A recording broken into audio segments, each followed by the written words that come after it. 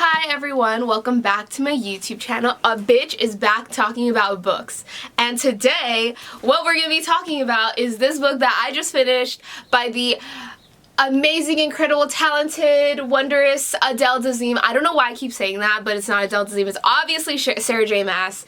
This is, depending on how you read the series, this is either the fourth or the third book to the Throne of Glass series, this, depending on where you're reading Assassin's Blade, which is a prequel.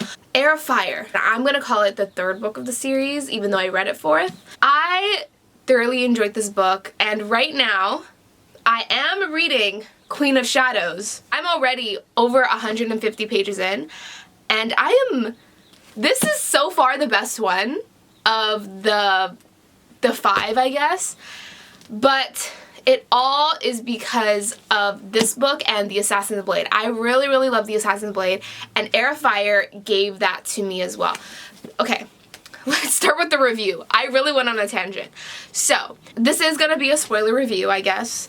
This follows Selena / Aelin as she goes to Wendlin, leaving Ardalan. I don't know if I'm saying any of these names correctly because I just say them in my head. I never say them out loud. And there, she tries to figure out what this magic is. And in Wendlin, she actually has magic, as opposed to in Ardalan where magic is kind of gone and poof went away 10 years ago. She goes to Wendlin, and this whole book is basically a training montage of Aelin coming into her powers. I will say I gave this around a 3 to 4. Okay, I have a lot of predicament trying to rate this book because the first half was like a 2-star read, but then the second half in part 2 was like a 5-star read. So it's very hard for me to rate this, but because I finished with the second half, I gave it a 4 out of 5 stars. This whole book is basically a training montage, and I am spoiled by TikTok, so I do know who Rowan is, and I finally met Rowan. He's in this book, and I really, really love the enemies to friends relationship that is building here. The first half of the book bored me so much that I don't feel like I really got like the full feeling of their relationship and how much they hated each other to them being friends.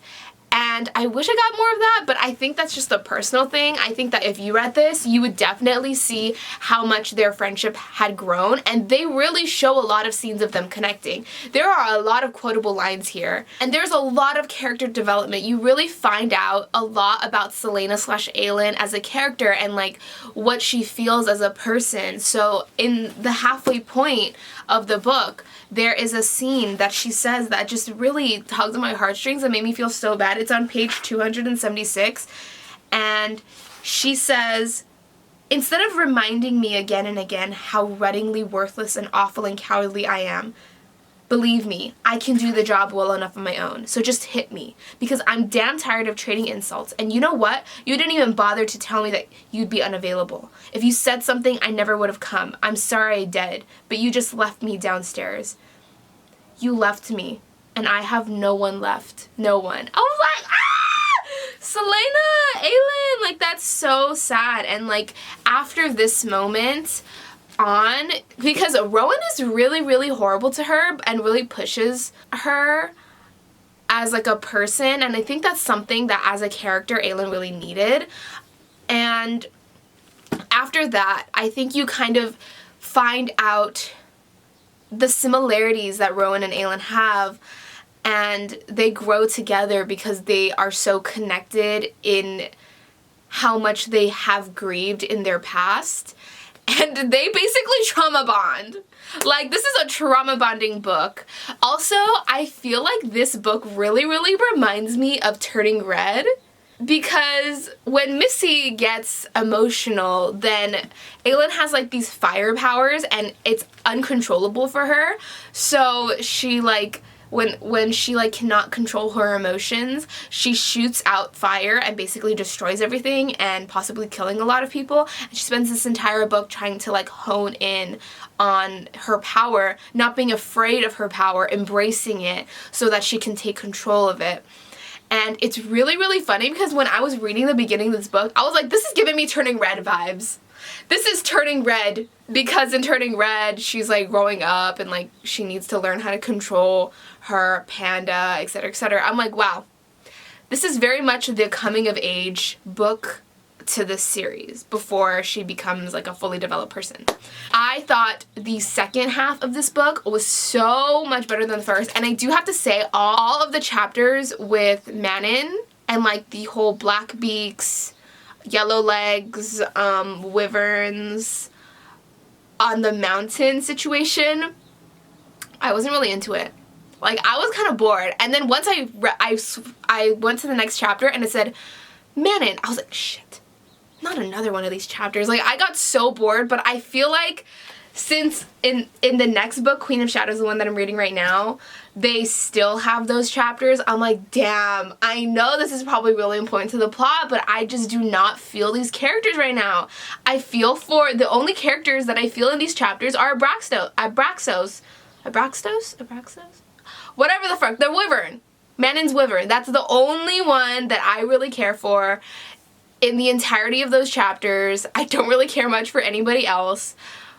But yeah, I was just like, I know this is going to be important to the plot, and I am excited to see where it goes, but yeah. The ending of HEIR of Fire, I was shocked. I devoured the second half of this book, and it really took me by storm. Cal is becoming a little bit of a bitch in Queen of Shadows. I'm forgiving him right now, but he needs to figure out what the hell he needs to figure out himself, you know? And the ending really shocked me and really kept me on my toes. I binged it. Like, they really made me fall in love with Dorian and Sorsha. I was really feeling Dorian and Sorsha, and I really fell in love with Dorian because of Sorsha, and I was like, like, this is so cute. I'm loving, like, this is the love story that Dorian needs. This is, like, I'm loving this love story, and then the ending happened. And then the ending happened, and I audibly gasped. I was at the library, and it was quiet as hell, and I went, I literally did that. I was so embarrassed.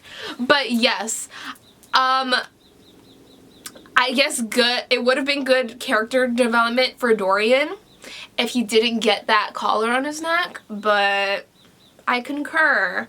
This is very much a character building book, and I do really appreciate that because I feel like a lot of books, where at least for me, what I love is character development, and I fall in love with the characters. I have to fall in love with the characters before I can the story, and I feel like a lot of books that lack that character development and like a real understanding of each character, it doesn't become my favorite book. So I really do appreciate that Sarah J. Maas dedicated an entire 500 to 600 pages of that. You find out a lot more about Celaena and who she is as a person, what she fears, why she feels the way she does. And for me, I remember reading Crown of Midnight thinking, like, with Nehemia's death, I didn't really feel that. I was like, why is she grieving so hard? I didn't really feel like they were really that great of friends, but I realized it's just because Celaena loves so fully because she's so alone in the world. You know, I gave that quote in the beginning of this review, and she just wants to feel like she's not alone, and like everybody leaves her, whether that's through death, whether that's through people, you know, taking advantage of her, like Arobin and all of that. Nehemia was like a true friend for her, and you understand more who Nehemia was to her and why she grieved so heavily. It's just because she loves so deeply, and it's like, damn, my heart. And the ending, like, there's just so many good quotable lines in this book. I was like, this is when Sarah J. Maas is really coming into her work. I really think that this is when she started really developing as a writer, because I already read the whole A Court of Thorns and Roses series. I know how well she can write. But I think the beginnings of this series, you can really tell that, like, she's still kind of on a learning curve with her writing, but there's so many good quotable moments in this. And the ending line, she was Aelin Ashriver Galathinius, and she would not be afraid. If you read Assassin's Blade, you know how much that line means. What that line means to everybody and her. I love the enemies to friendship arc.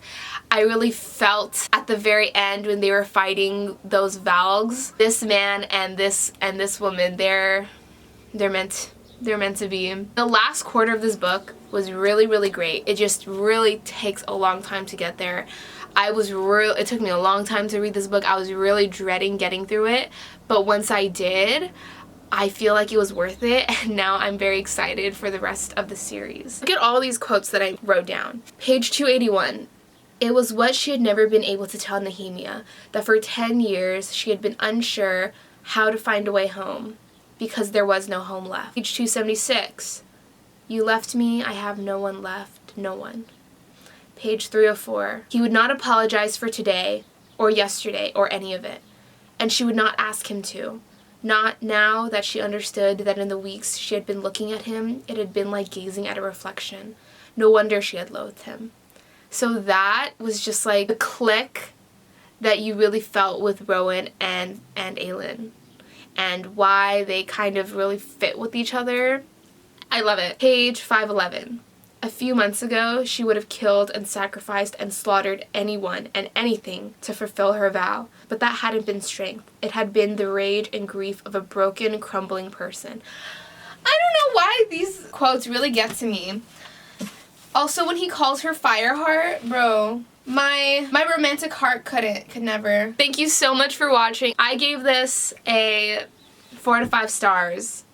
I think you just really, really have to get through the first half. You really gotta get through the first half. But yes, thank you so much for watching, and I will catch you in the next video.